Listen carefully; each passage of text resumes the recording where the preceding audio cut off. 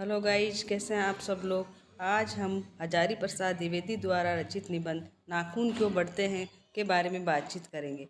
हजारी प्रसाद जी के जीवन परिचय के बारे में हमने पिछले वीडियो में बात की थी।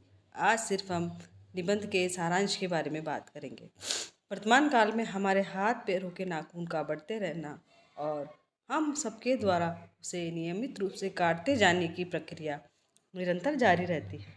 नाखून का इस प्रकार लगातार बढ़ते रहना और मनुष्य द्वारा उसको लगातार काटते रहना, इस प्रक्रिया से एक प्रकार से देखा जाए तो नाखूनों का अपमान होता है और हम उसकी उपेक्षा करते हैं।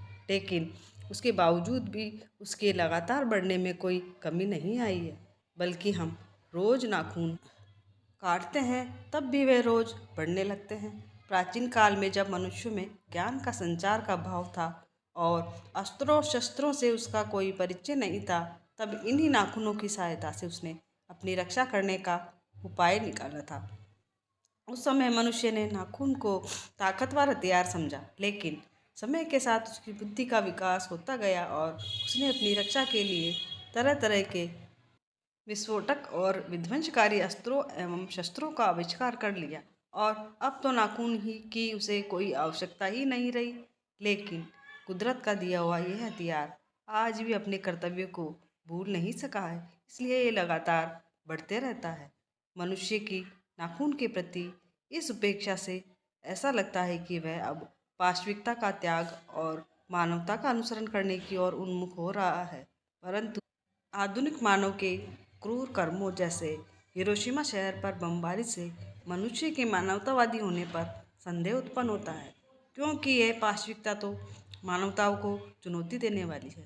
पातशायन के कामसूत्र से ऐसा ज्ञात होता है कि नाखून तो विभिन्न ढंग से काटने और संवारने का भी एक युग रहा होगा। प्राणी विज्ञानियों के मतानुसार नाखूनों के बढ़ने से सहज प्रवृत्तियों का प्रभाव है। नाखून का बढ़ना इस बात की निशानी है कि शरीर में अब भी पाशविक गुण उपस्थित है। अस्त्र शस्त्र में वृद्धि भी इसी भावना की परिचायिका है।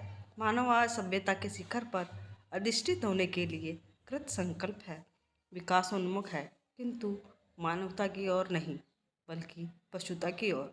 इसका भविष्य उज्जवल है, किंतु अतीत का मोह पाश सशक्त है। स्वयं का बंधन तोड़ देना आसान दिखाई नहीं देता। कालिदास के विचारधारा में मानव को अर्वाचीन अथवा प्राचीन से अच्छाइयों को ग्रहण करना चाहिए था, बुराइयों का बहिष्कार करना चाहिए।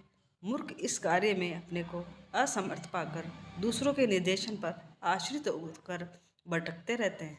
भारत का प्राचीन इतिहास इस बात की गवाही देता है कि यहाँ अलग अलग जातियों के आने से संघर्ष होता रहा, लेकिन उनकी धार्मिक प्रवृत्ति में अत्याचार, बर्बरता और क्रूरता को कहीं आश्रय नहीं मिला। उनमें तप, त्याग, संयम और संवेदना की भावना का ही बाहुल्य था, इसलिए कि मनुष्य विवेकशील प्राणी है। अतः पशुता पर विजय प्राप्त करना ही मानव का विशिष्ट धर्म है। बाह्य उपकरणों की वृद्धि पशुता की वृद्धि है। महात्मा गांधी की हत्या उनका ज्वलंत प्रमाण है। उससे सुख की प्राप्ति कदापि नहीं हो सकती।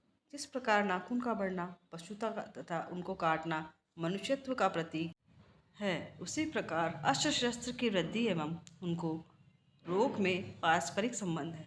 इससे सफलता का वर्ण किया जा सकता है, किंतु चरित्रार्थ की छाया भी स्पर्श नहीं की जा सकती।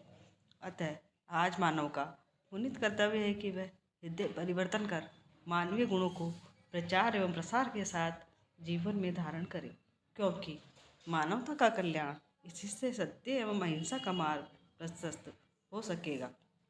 तो दोस्तों, जानकारी कैसी लगी, चैनल को लाइक और सब्सक्राइब ज़रूर कीजिएगा।